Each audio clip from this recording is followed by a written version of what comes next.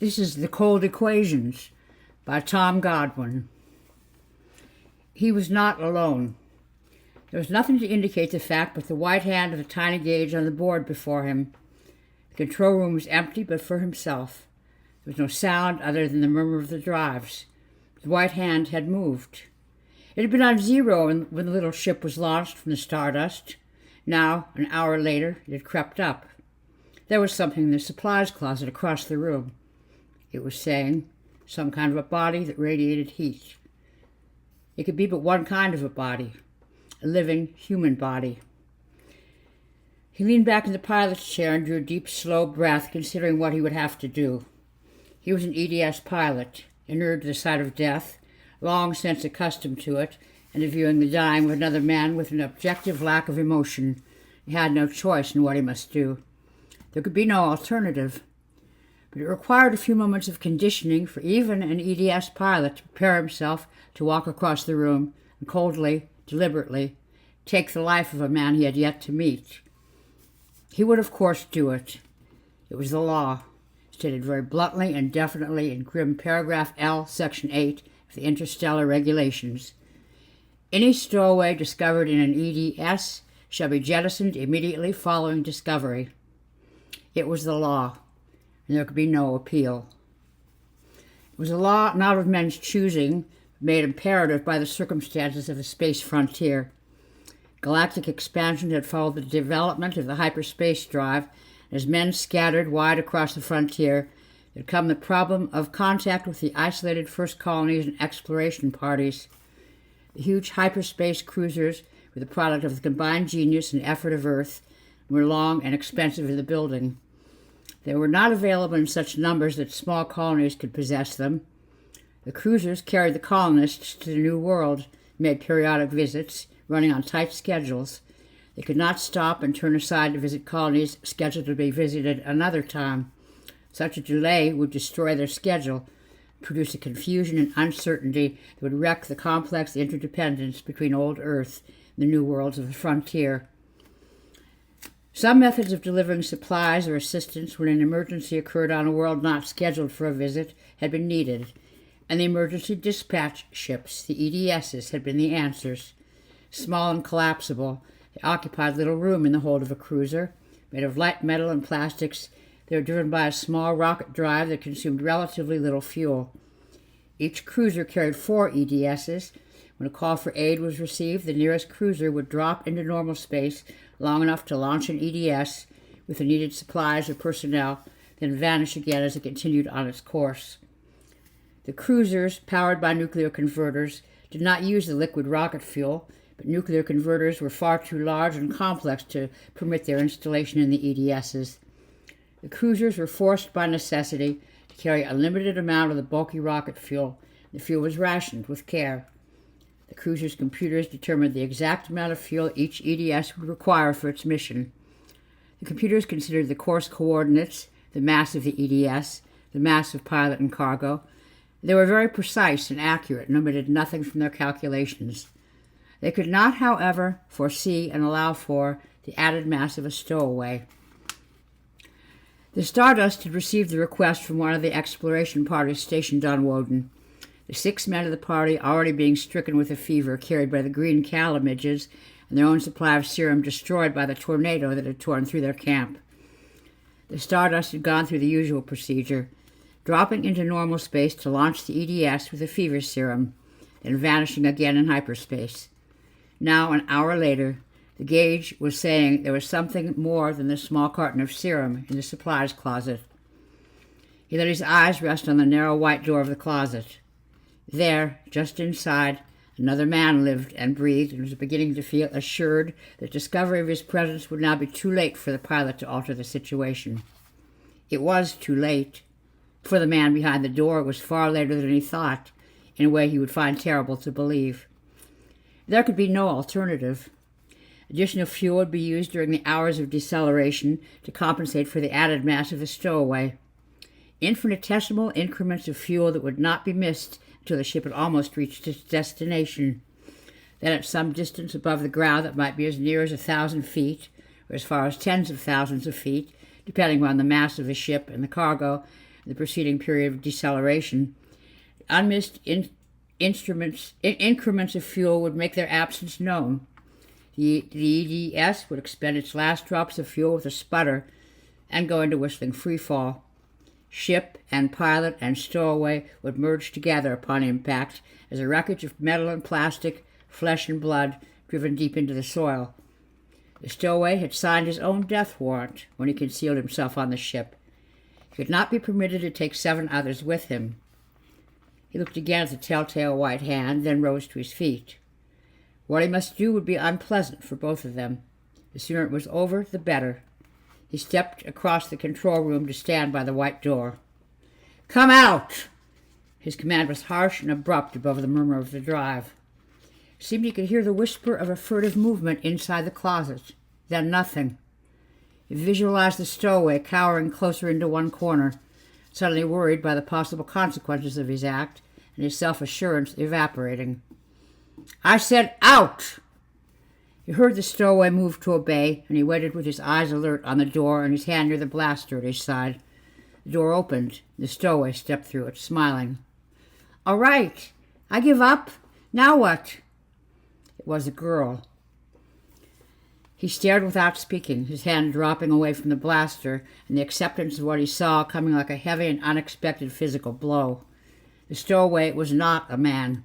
She was a girl in her teens, standing before him in her little white gypsy sandals, with the top of her brown curly head hardly higher than his shoulder, the faint sweet scent of perfume coming from her, her smiling face tilted up so her eyes could look unknowing and unafraid into his as she waited for his answer.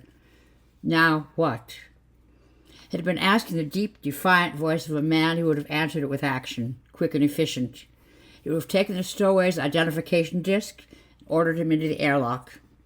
Had the stowaway refused to obey, he would have used the blaster. It would not have taken long. Within a minute, the body would have been ejected into space. Had the stowaway been a man. He returned to the pilot's chair and motioned her to seat herself on the box-like bulk of the drive control units that sat against the wall beside him. She obeyed, his silence making the smile fade into the meek and guilty expression of a pup that's been caught in mischief and knows it must be punished. "You still haven't told me," she said. "I'm guilty, so what happens to me now? Do I pay a fine or what?" "What are you doing here?" he asked. "Why did you stow away on this EDS?" "I wanted to see my brother.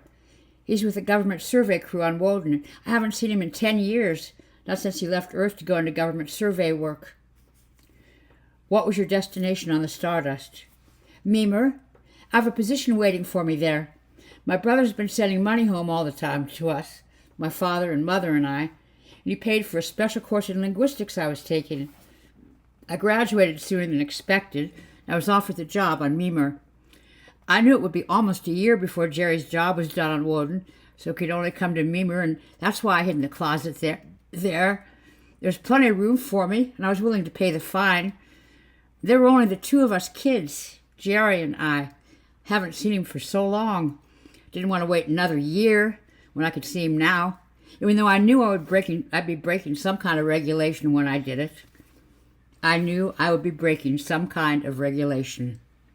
In a way, she could not be blamed for her ignorance of the law.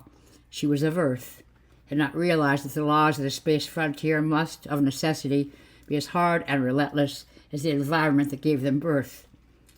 Yet to protect such as her from the results of their own ignorance of the frontier, there had been a sign over the door that led to the section of the Stardust that housed the EDSs, a sign that was plain for all to see and heed.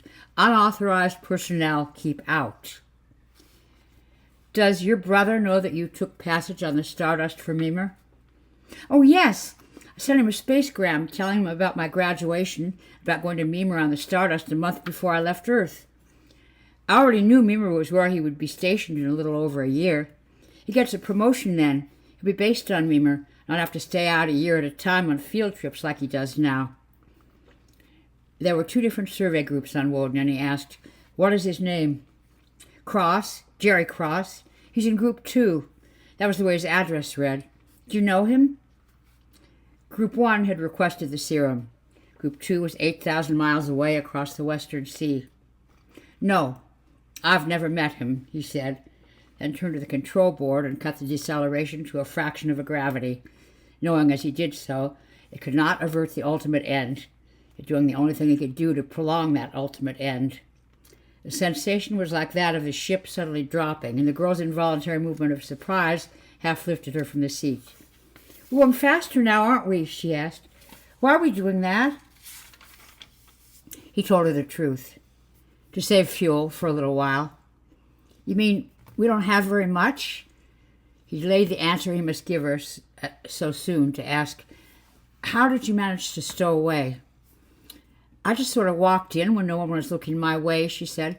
"I was practicing my Japanese on the native girl who does the cleaning in the ship's supply office when someone came in with an order for supplies for the survey group on Woden. I slipped into the closet there after the ship was ready to go, and just before you came in. It was an impulse of the moment to stow away so I could get to see Jerry. From the way you keep looking at me, so grim, I'm not sure it was a very wise impulse." "But I'll be a model criminal, or do I mean prisoner?" She smiled at him again. "I intended to pay for my keep on top of paying the fine. I can cook, and I can patch clothes for everyone. I know how to do all kinds of useful things, even a little bit about nursing." There was one more question to ask. "Did you know what the supplies were that the survey group ordered?" "No. Equipment they needed in their work, I supposed." Why couldn't she have been a man with some ulterior motive? A fugitive from justice, hoping to lose himself on a raw new world. An opportunist, seeking transportation to the new colonies where he might find golden fleece for the taking. A crackpot with a mission. Perhaps once in his lifetime an EDS pilot would find such a stowaway on his ship. Warped men, mean and selfish men, brutal and dangerous men. But never before a smiling blue-eyed girl was willing to pay her fine and work for her keep, that she might see her brother. He turned to the board and turned the switch that would signal the Stardust.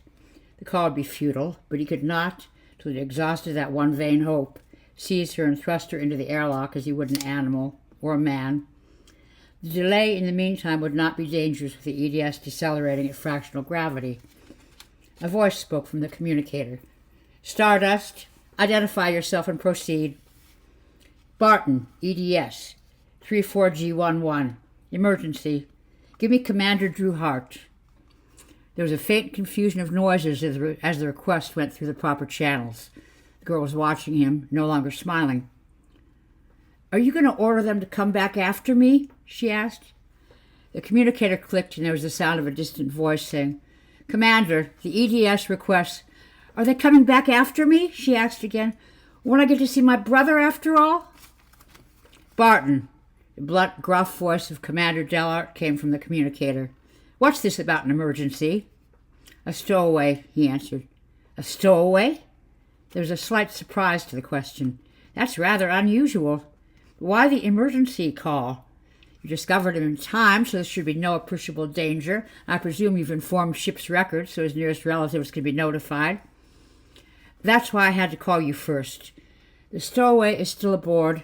The circumstances are so different." "Different?" The commander interrupted, impatience in his voice. "How can they be so different? You know you have a limited supply of fuel. You also know the law as well as I do. Any stowaway discovered in an EDS should be jettisoned immediately following discovery." There was a sound of a sharply indrawn breath from the girl. "What does he mean?" "The stowaway is a girl." "What?" "She wanted to see her brother. She's only a kid. She didn't know what she was really doing." "I see." All the curtness was gone from the commander's voice. "So you called me in the hope I could do something." Without waiting for an answer, he went on. "I'm sorry. I can do nothing. This cruiser must maintain its schedule. The life of not one person, but the lives of many depend on it. I know how you feel, but I'm powerless to help you. I have you connected with ship's records." The communicator faded to a faint rustle of sound, and he turned back to the girl. She was leaning forward on the bench, almost rigid, her eyes fixed wide and frightened. "What did it mean, to go through with it? To jettison me? To go through with it? What did he mean? Not the way it sounded. He couldn't have. What did he mean? What did he really mean?" Her time was too short for the comfort of a lie to be more than a cruelly fleeting delusion. He meant it the way it sounded. "No!" She recoiled from him as though he'd struck her, one hand half upraised as though to fend him off, in stark unwillingness to believe in her eyes. "It will have to be." "No! You're joking! You're insane! You can't mean it!" "I'm sorry." He spoke slowly to her, gently. "I should have told you before. I should have, but I had to do what I could first. I had to call the Stardust. You heard what the commander said." "But you can't. If you make me leave the ship, I'll die." "I know." She searched his face, and the unwillingness to believe left her eyes, giving way slowly to a look of dazed terror. You know?" She spoke the words far apart, numb and wonderingly. "I know. It has to be like that." "You mean it? You really mean it?" She sagged back against the wall, small and limp like a little rag doll, and all the protesting and disbelief gone. "You're going to do it? You're going to make me die?" "I'm sorry," he said again. "You'll never know how sorry I am. It has to be that way, and no human in the universe can change it." "You're going to make me die? And I didn't do anything to die for. I didn't do anything." He sighed, deep and weary. "I know you didn't, child. I know you didn't." "EDS," the communicator rapped, brisk and metallic. "This is ship's records. Give us all information on subject's identification disc." He got out of his chair to stand over her. She clutched the edge of the seat, her upturned face white under the brown hair, and the lipstick standing out like a blood-red Cupid's bow. "Now?" "I want your identification disc," he said. She released the edge of the seat and fumbled at the chain that suspended the plastic disc from her neck with fingers that were trembling and awkward. He reached down and unfastened the clasp for her, then returned with the disc to his chair. "Here's your data. Records identification number T837. "One moment," Records interrupted. "This is to be filed on the gray card, of course?" "Yes." "And the time of the execution?" "I'll tell you later." "Later? This is highly irregular. The time of the subject's death is required before—" He kept the thickness out of his voice with an effort. "Then we'll do it in a highly irregular manner. You hear the desk read first. The subject is a girl, and she's listening to everything that's said. Are you capable of understanding that?" There was a brief, almost shocked silence. Then Records said meekly, "Sorry. Go ahead." He began to read the desk, reading it slowly to delay the inevitable for as long as possible, trying to help her by giving her what little time he could to recover from her first terror, let it resolve into the calm of acceptance and resignation. "Number T8374-Y54. Name, Marilyn Lee Cross. Sex, female. Born July 7, 2160. She was only 18. Height 5'3". Weight 110. Such a slight weight, yet enough to add fatally to the mass of the shell-thin bubble that was an EDS. Hair brown, eyes blue, complexion light, blood type 0, irrelevant data. Destination Port City Memer, invalid data. He finished and said, "I'll call you later," then turned once again to the girl. She was huddled back against the wall, watching him with a look of numb and wondering fascination. "They're waiting for you to kill me, aren't they? They want me dead, don't they? You and everybody on the cruiser wants me dead, don't you?" Then a numbness broke when her voice was that of a frightened and bewildered child. "Everybody wants me dead, and I didn't do anything. I didn't hurt anyone. I only wanted to see my brother." "It's not the way you think. It isn't that way at all," he said. "Nobody wants it this way. Nobody would ever let it be this way if it was humanly possible to change it." "Then why is it? I don't understand. Why is it?" "The ship is carrying Calla fever serum to Group 1 on Woden. Their own supply was destroyed by a tornado. Group 2, the crew your brother is in, is 8,000 miles away from the Western Sea, and their helicopters can't cross it to help Group 1. The fever is invariably fatal unless the serum can be had in time. The 6 men in Group 1 will die unless this ship reaches them on schedule. These little ships are always given barely enough fuel to reach their destination. If you stay aboard, Your added weight will cause it to use up all its fuel before it reaches the ground. It will crash then. You and I will die. So will the 6 men waiting for the fever serum. It was a full minute before she spoke. As she considered his words, the expression of numbness left her eyes. "Is that it?" she asked at last. "Just that the ship doesn't have enough fuel?" "Yes." "I can go alone, or I can take 7 others with me. Is that the way it is?" "That's the way it is." "And nobody wants me to have to die?" "Nobody." "Then maybe... Are you sure nothing can be done about it?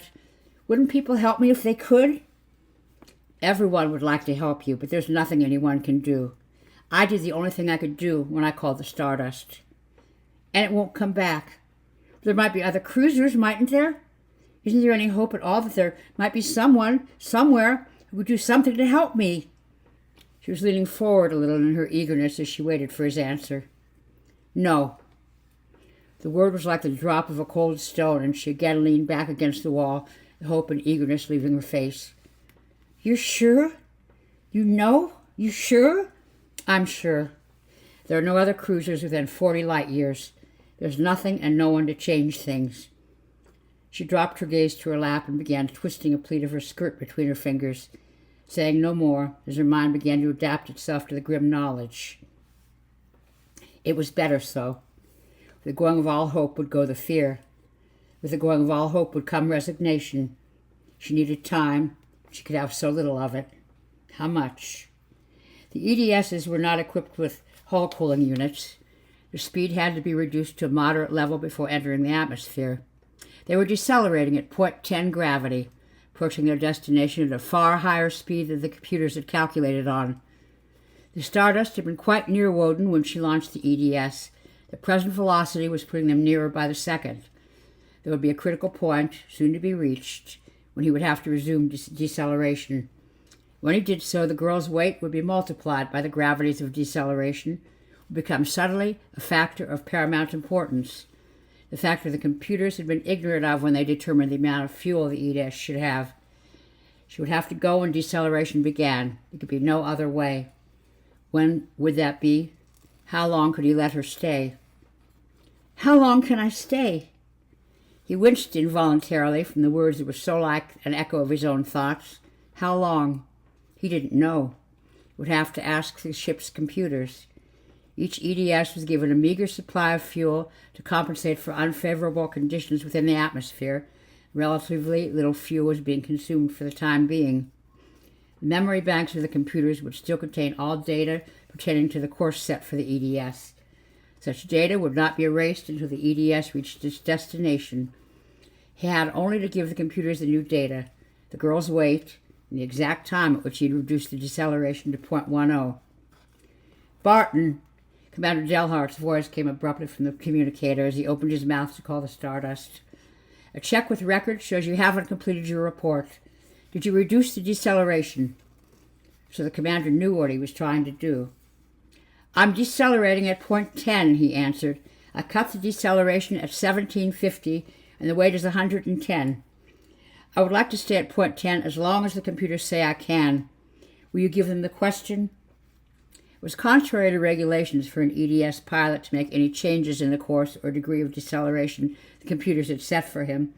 But the commander made no mention of the violation. Neither did he ask the reason for it. It was not necessary for him to ask. He had not become commander of an interstellar cruiser without both intelligence and understanding of human nature. He said only, "I'd have that given the computers." The communicator fell silent, and he and the girl waited, neither of them speaking. They would not have to wait long. The computers would give the answer within moments of the asking. The new factors would be fed into the steel maw of the first bank, and the electrical impulses would go through the complex circuits. Here and there a relay might click, a tiny cog turned over, but it would be essentially the electrical impulses that found the answer, formless, mindless, invisible, determining with utter precision how long the pale girl beside him might live. Then a second steel maw would spit out the answer. The chronometer on the instrument board read 1810 when the commander spoke again. "You will resume deceleration at 1910. She looked toward the chronometer, then quickly away from it. Is that when I go? She asked. He nodded, and she dropped her eyes to her lap again. I'll have the course corrections given you, the commander said. Ordinarily, I would never permit anything like this, but I understand your position. There's nothing I can do, other than what I've just done. You will not deviate from these new instructions. You will complete your report at 1910. Now, here are the course corrections. The voice of some unknown technician read them to him. He wrote them down on the pad clipped to the edge of the control board. There would, he saw, be periods of deceleration when near the atmosphere, when the deceleration would be 5 gravities. At 5 gravities, 110 pounds would become 550 pounds. The technician finished, and he terminated the contact with a brief acknowledgement. And hesitating a moment, he reached out and shut off the communicator. It was 1813. He would have nothing to report until 1910. In the meantime, somehow seemed indecent to permit others to hear what she might say in her last hour. He began to check the instrument readings, going over them with unnecessary slowness. She would have to accept the circumstances. There's nothing he could do to help her into acceptance. Words of sympathy would only delay it. It was 1820 when she stirred from her motionlessness and spoke. So that's the way it has to be with me? He swung around to face her. You understand now, don't you? No one would ever let it be like this if it could be changed. I understand, she said. Some of the color had returned to her face. The lipstick no longer stood out so vividly red. There isn't enough fuel for me to stay. When I hit on this ship, I got into something I didn't know anything about, and now I have to pay for it. She had violated a man-made law that said keep out. The penalty was not of men's making or desire. It was a penalty men could not revoke. A physical law had decreed H amount of fuel will power an EDS with a mass of M safely to its destination. A second physical law had decreed H amount of fuel will not power an EDS with a mass of M plus X safely to its destination. EDSs obeyed only physical laws. No amount of human sympathy for her could alter the second law. But I'm afraid. I don't want to die. Not now. I want to live. Nobody's doing anything to help me. Everybody's letting me go ahead and acting just like nothing was going to happen to me. I'm going to die and nobody cares. We all do, he said. I do, and the commander does, and the clerk in ship's records. We all care. Each of us did what little he could to help you. It wasn't enough. It was almost nothing. It was all we could do.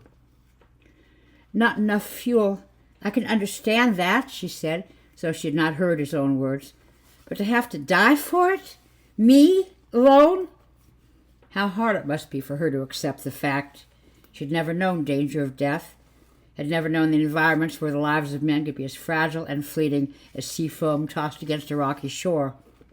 She belonged on gentle earth, that secure and peaceful society where she could be young and laughing with the others of her kind, where life was precious and well guarded. There was always the assurance that tomorrow would come.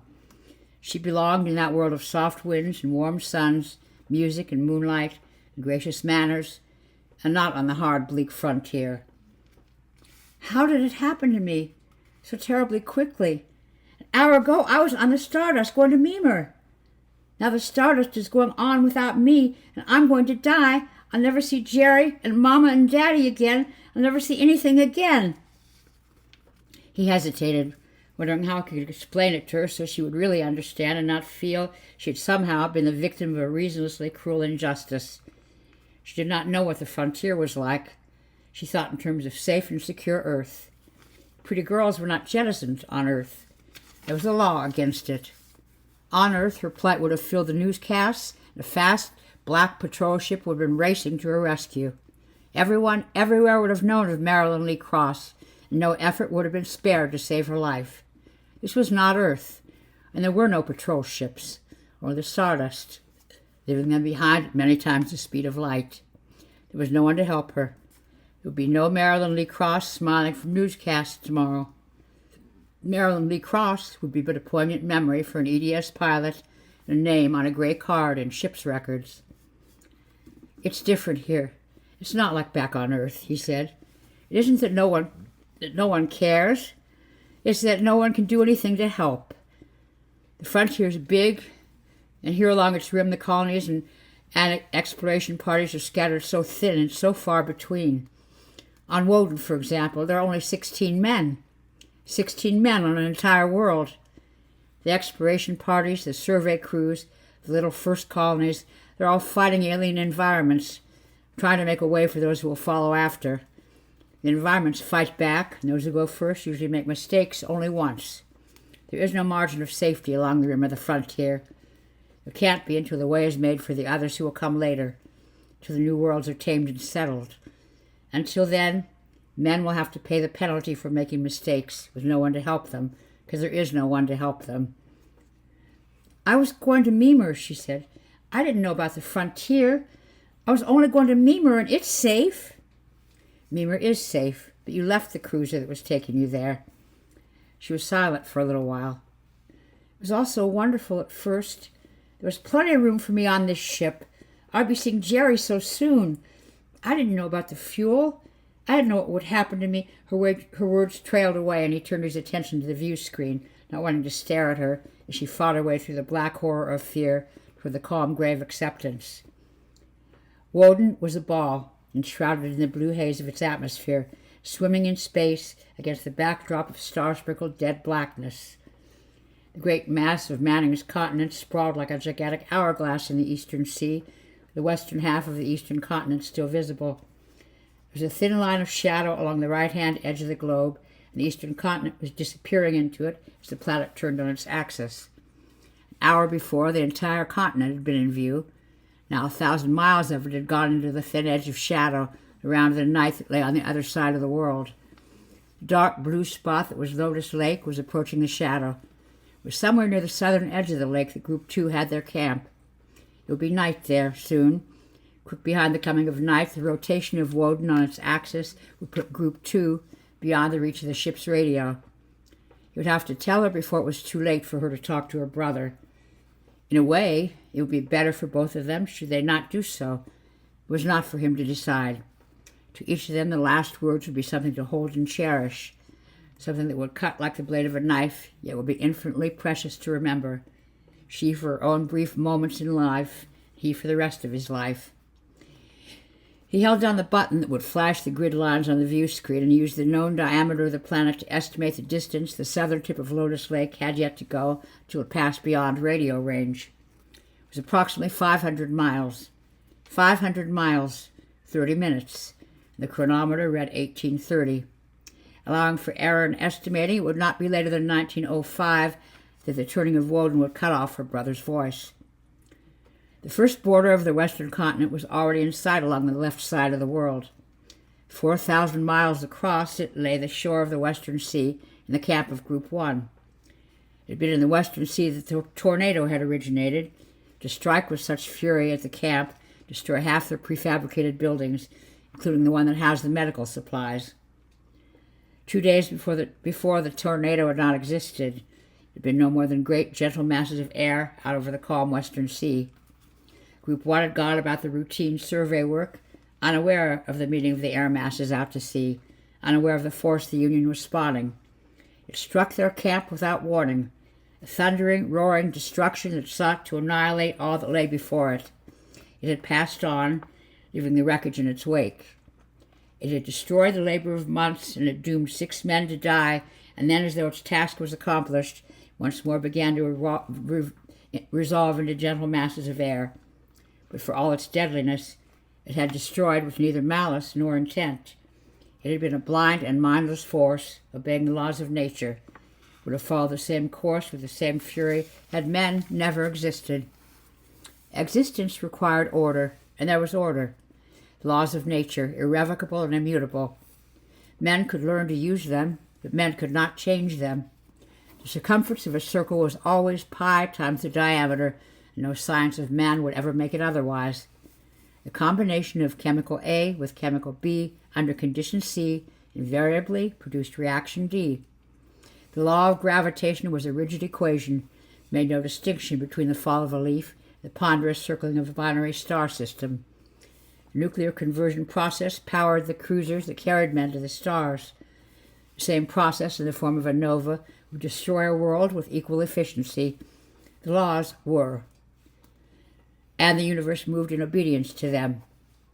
Along the frontier were arrayed all the forces of nature. Sometimes they destroyed those who were fighting their way outward from Earth.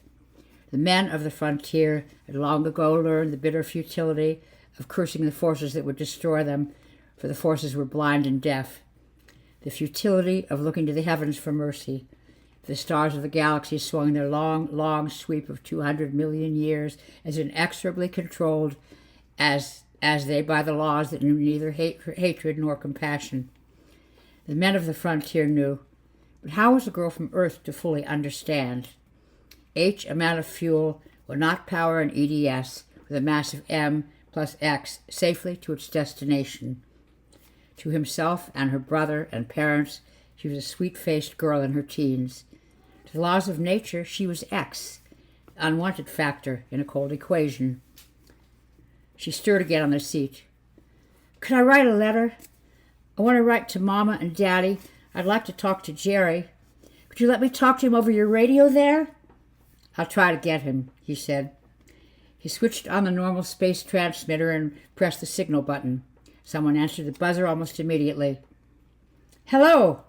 How's it going with you fellows now? Is the EDS on its way? This isn't Group 1. This is the EDS, he said. Is Jerry Cross there? Jerry? He and 2 others went out in the helicopter this morning and aren't back yet. It's almost sundown, though. He ought to be back right away. In less than an hour at the most. Can you connect me through to the radio in his copter? It's been out of commission for 2 months. Some primed circuits went haywire. Can't get any more until the next cruiser stops by. Is it something important? Bad news for him or something? Yes, it's very important. When he comes in, get him to the transmitter as soon as you possibly can. I'll do that. I'll have one of the boys waiting at the field with a truck. Is there anything else I can do? No. I guess that's all. Get him there as soon as you can and signal me. He turned the volume to an inaudible minimum, an act that would not affect the functioning of the signal buzzer, unclipped the pad of paper from the control board.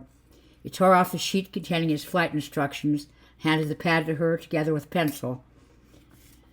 I better write to Jerry, too, she said as she took them. He might not get back to camp in time. She began to write, her fingers still clumsy and uncertain in the way they handled the pencil, the top of it trembling a little as she poised it between words. He turned back to the view screen to stare at it without seeing it. She was a lonely little child trying to say her last goodbye. She would lay out her heart to them. She would tell them how much she loved them. She would tell them to not feel badly about it. It was only something that must happen eventually to everyone, and she was not afraid. The last would be a lie, and it would be there to read between the sprawling, uneven lines. A valiant little lie would make the hurt all the greater for them. Her brother was of the frontier, and he would understand.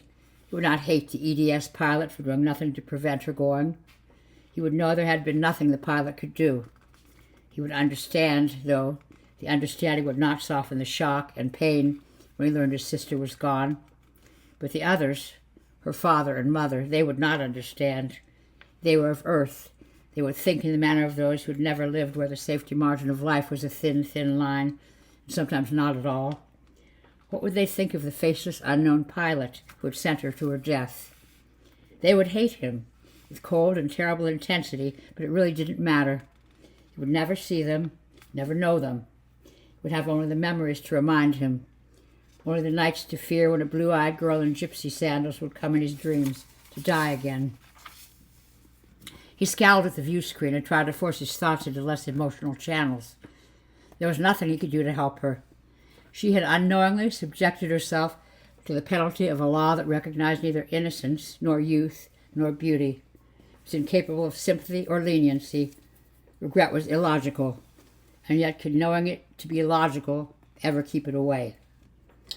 She stopped occasionally as though trying to find the right words to tell them what she wanted them to know, and the pencil would resume its whispering to the paper. It was 1837 when she folded the letter in a square and wrote a name on it. She began writing another, twice looking up at the chronometer as though she feared the black hand might reach its rendezvous before she had finished. It was 1845 when she folded it, as she had done the first letter, wrote her name and address on it. She held the letters out to him. "Will you take care of these and see that they're enveloped and mailed?" "Of course." He took them from her hand and placed them in a pocket of his gray uniform shirt. "These can't be sent off until the next cruiser stops by, and the Stardust will have long since told them about me, won't it?" she asked. He nodded, and she went on. "That makes the letters not important in one way, but in another way, they're very important to me and to them. I know, I understand, and I'll take care of them." She glanced at the chronometer, then back at him. "Seems to move faster all the time, doesn't it?" He said nothing, unable to think of anything to say, and she asked, "Do you think Jerry will come back to camp in time?" "I think so. They said he should be in right away." She began to roll the pencil back and forth between her palms. "I hope he does. I feel sick and scared when I hear his voice again. Maybe I won't feel so alone. I'm a coward and I can't help it." "No," he said, "you're not a coward. You're afraid, but you're not a coward." "Is there a difference?" He nodded. "A lot of difference. I feel so alone. I never did feel like this before, like it was all by myself. There was nobody to care what happened to me. Always before, there was Mama and Daddy there and my friends around me. I had lots of friends. They had a going-away party for me the night before I left." Friends and music and laughter for her to remember. On the view screen, Lotus Lake was going into the shadow. "Is it the same with Jerry?" she asked. "I mean, if he should make a mistake, would he have to die for it? All alone and with no one to help him?" "It's the same with all along the frontier. It'll always be like that so long as there is a frontier. Jerry didn't tell us. He said the pay was good. He sent money home all the time because Daddy's little shop just brought in a bare living. But didn't tell us it was like this." "He didn't tell you his work was dangerous?" "Well, yes. He mentioned that. We didn't understand. I always thought danger along the frontier was something that was a lot of fun, an exciting adventure, like in 3D shows." A wan smile touched her face for a moment. "Well, it's not, is it? It's not the same at all. Because when it's real, you can't go home after the show is over." "No," he said. "No, you can't." Her glance flicked from the chronometer to the door of the airlock, then down to the pad and pencil she still held. She shifted her position slightly to lay them on the bench beside her, moving one foot out a little. For the first time, he saw that she was not wearing vegan gypsy sandals, only cheap imitations. The expensive vegan leather was some kind of grained plastic. The silver buckle was gilded iron. The jewels were colored glass. Daddy's little shop just brought in a bare living. She must have left college in her second year to take the course in linguistics that would enable her to make her own way and help her brother provide for her parents, earning what she could by part-time work after classes were over. Her personal possessions on the Stardust would be taken back to her parents. They would neither be of much value nor occupy much storage space on the return voyage. "Isn't it—" She stopped and he looked at her questioningly. "Isn't it cold in here?" she asked almost apologetically. "Doesn't it seem cold in here to you?" "Why, yes," he said. He saw by the main temperature gauge that the room was at precisely normal temperature. "Yes, it's colder than it should be." "I wish Jerry would get back before it's too late." "Do you really think he will? You didn't just say so to make me feel better." "I think he will. They said he would be in pretty soon." On the view screen, Lotus Lake had gone into the shadow, but for the thin blue line of its western edge, it was apparent he had overestimated the time she would have in which to talk to her brother. Reluctantly, he said to her, "His camp will be out of radio range in a few minutes. He's on that part of Woden that's in the shadow." He indicated the view screen. "The turning of Woden will put him beyond contact. There may not be much time left when he comes in. Not much time to talk to him before he fades out. I wish I could do something about it. I would call him right now if I could." "Not even as much time as I will have to stay?" "I'm afraid not." Then she straightened and looked toward the airlock with pale resolution. "And I'll go when Jerry passes beyond range. I won't wait any longer after that. I won't have anything to wait for." Again, there was nothing he could say. Maybe I shouldn't wait at all. Maybe I'm selfish. Maybe it would be better for Jerry if you just told him about it afterward. There was an unconscious pleading for denial in the way she spoke, and he said, he wouldn't want you to do that, to not wait for him. It's already coming dark where he is, isn't it? It'll be all the long night before him. Mama and Daddy don't know yet that I won't ever be coming back like I promised them I would. I've caused everyone I love to be hurt, haven't I? I didn't want to. I didn't intend to. It wasn't your fault, he said. It wasn't your fault. They'll know that. They'll understand. First I was so afraid to die. I was a coward and thought only of myself. Now I see how selfish I was. The terrible thing about dying like this is not that I'll be gone, but I'll never see them again. Never be able to tell them that I didn't take them for granted. Never be able to tell them I knew of the sacrifices they made to make my life happier. That I knew all the things they did for me, and I loved them so much more than I ever told them. I've never told them any of these things. You don't tell them such things when you're young and your life is all before you. You're afraid of sounding sentimental and silly. But it's so different when you have to die. You wish you'd told them while you could. You wish you could tell them you're sorry for all the little mean things you ever did or said to them. You wish you could tell them that you didn't really mean to ever hurt their feelings, and for them to only remember that you always loved them far more than you ever let them know. You don't have to tell them that, he said. They will know. They've always known it. Are you sure? She asked. How can you be sure? My people are strangers to you. Wherever you go, human nature and human hearts are the same. And they will know what I want them to know, that I love them. They've always known it, in a way far better than you could ever put in words for them. I keep remembering the things they did for me. It's the little things they did that seem to be the most important to me now. Like Jerry. He sent me a bracelet of fire rubies on my 16th birthday. It was beautiful. Must have cost him a month's pay. Yet I remember him more for what he did the night my kitten got run over in the street. I was only 6 years old. He held me in his arms and wiped away my tears and told me not to cry, that Flossie was gone for just a little while, for just long enough to get herself a new fur coat. And she would be on the foot of my bed the very next morning. I believed him and quit crying. Went to sleep dreaming about my kitten coming back. When I woke up the next morning, there was Flossie on the foot of my bed in a brand new white fur coat, just like he had said she would be. It wasn't until a long time later that Mama told me that Jerry had got the pet shop owner out of bed at 4 in the morning. When the man got mad about it, Jerry told him he was either going to go down and sell him the white kitten right then, or he'd break his neck. It's always the little things you remember people by. All the little things they did because they wanted to do them for you. You've done the same for Jerry and your father and mother. All kinds of things that you've forgotten about, but they will never forget. I hope I have. I would like for them to remember me like that. They will. I wish, she swallowed, the way I'll die, I wish they wouldn't ever think of that. I've read how people look who die in space. Their insides all ruptured and exploded, their lungs out between their teeth, and then, a few seconds later, they're all dry and shapeless and horribly ugly. I don't want them to ever think of me as something dead and horrible like that. You're their own, their child and their sister. They could never think of you other than the way you would want them to, the way you looked the last time they saw you. I'm still afraid, she said. I can't help it. I don't want Jerry to know it. If he gets back in time, I'm going to act like I'm not afraid at all. And the signal buzzer interrupted her, quick and imperative. Jerry, she came to her feet. It's Jerry, now! He spun the volume control knob and asked, Jerry Cross? Yes, her brother answered, an undertow of tenseness in his reply. The bad news. What is it? She answered for him, standing close behind him and leaning down a little toward the communicator, her hand resting small and cold on his shoulder.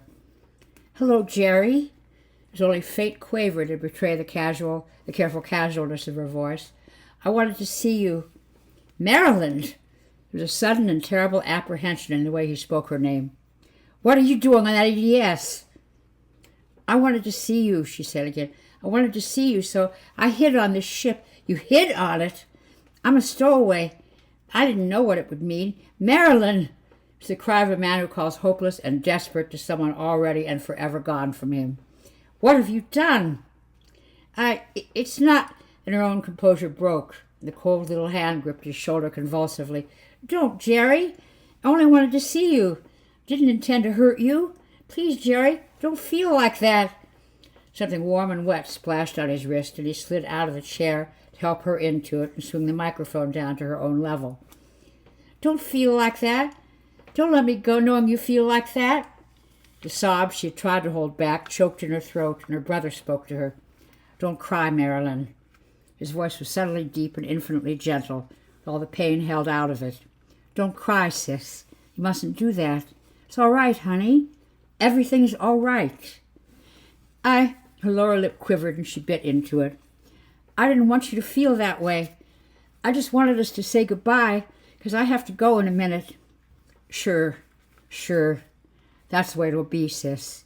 I didn't mean to sound the way I did. And his voice changed to a tone of quick and urgent demand. EDS, have you called the Stardust? Did you check with the computers? I called the Stardust almost an hour ago. It can't turn back. There are no other cruisers within 40 light years, and there isn't enough fuel. Yes. Do you think I could ever let it happen if I wasn't sure? I did everything I could. If there's anything at all I could do now, I would do it. He tried to help me, Jerry. Her lower lip was no longer trembling, and the short sleeves of her blouse were wet where she had dried her tears. No one can help me. I'm not going to cry anymore. Everything will be all right with you and Daddy and Mama, won't it? Sure it will. We'll make out fine. Her brother's words were beginning to come in more faintly. He turned the volume control to maximum. He's going out of range, she said to her. He'll be gone within another minute. You're fading out, Jerry, she said. You're going out of range. I wanted to tell you, but I can't now. We must say goodbye so soon, but maybe I'll see you again. Maybe I'll come to you in your dreams with my hair in braids and crying 'cause the kitten in my arms is dead. Maybe I'll be the touch of a breeze that whispers to you as it goes by. Maybe I'll be one of those Godwin larks you told me about, singing my silly head off to you. Maybe, at times, I'll be nothing you can see, but you'll know I'm there beside you. Think of me like that, Jerry. Always like that, and not the other way. Dimmed to a whisper by the turning of Woden, the answer came back. Always like that, Marilyn. Always like that, and never any other way. Our time is up, Jerry. I have to go now. Good. Her voice broke in mid-word, and her mouth tried to twist into crying. She pressed her hand hard against it, and when she spoke again, the words came clear and true. Goodbye, Jerry. Faint and ineffably poignant and tender, the last words came from the cold metal of the communicator. Goodbye, little sister. She sat motionless in the hush that followed, still listening to the shadow echoes of the words as they died away, and she turned away from the communicator toward the airlock. He pulled down the black lever beside him. The inner door of the airlock slid swiftly open to reveal the bare little cell that was waiting for her, and she walked to it. She walked with her head up, the brown curls brushing her shoulders, with the white sandals stepping as sure and steady as the fractional gravity would permit, the gilded buckles twinkling with little lights of blue and red and crystal. He let her walk alone, made no move to help her, knowing she would not want it that way. She stepped into the airlock and turned to face him, with a pulse in her throat to betray the wild beating of her heart. I'm ready, she said. He pushed the lever up, and the door slid its quick barrier between them, enclosing her in black and utter darkness for her last moments of life. It clicked as it locked in place. He jerked down the red lever. There was a slight waver to the ship as the air gushed from the lock, a vibration to the wall as though something had bumped the outer door in passing. Then there was nothing, and the ship was dropping true and steady again. He shoved the red lever back to close the door on the empty airlock and turned away to walk to the pilot's chair with the slow steps of a man old and weary. Back in the pilot's chair, he pressed the signal button of the normal space transmitter. There was no response. He'd expected none. Her brother would have to wait through the night until the turning of Woden permitted contact through Group 1. It was not yet time to resume deceleration. He waited while the ship dropped endlessly downward with him, and the drives purred softly.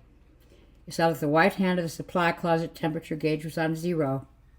The cold equation had been balanced, and he was alone on the ship. Something shapeless and ugly was hurrying ahead of him, going to Woden where its brother was waiting through the night.